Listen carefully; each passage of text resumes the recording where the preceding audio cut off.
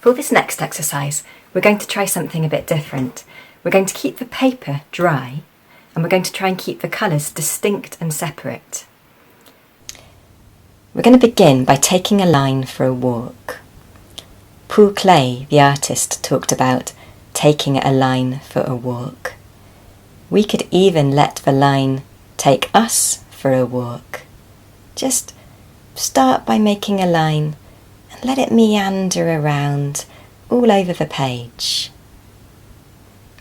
Maybe you don't know where it's going to go and it just loops and swirls, keeping inside the frame that you've created for yourself. If you run out of paint, no problem.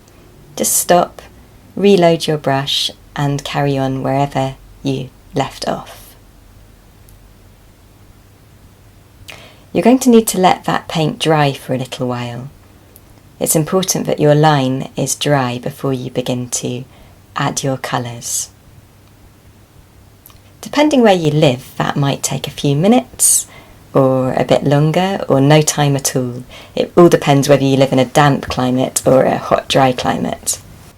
You can mix up 2 or 3 new colours that you'd like to use within your stained glass window design, which is what you now have. I've chosen green, pink and blue. So choose your first colour and fill in some of the areas with that colour. We're not working wet in wet like we did in the previous exercise. You're just making sure that your brush is moist but not dripping. And then you soak up some of the paint, some of that paint that you've already mixed up. Soak it right up to the hilt of the brush so that you have plenty of paint on there.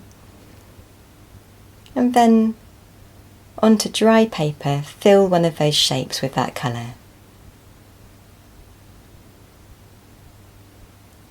Avoid painting 2 sections right next to each other. If you do, the colours will run into each other. Try to keep each area distinct and separate.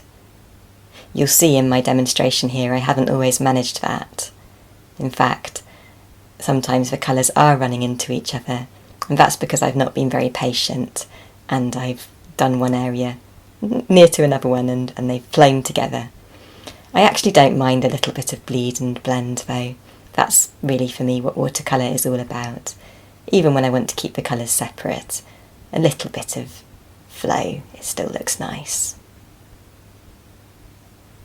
Carry on until you've filled up several sections with colour number 1, and then you can have a go with colour number 2, trying to keep colour number 2 separate from colour number 1. And finally you can add colour number 3.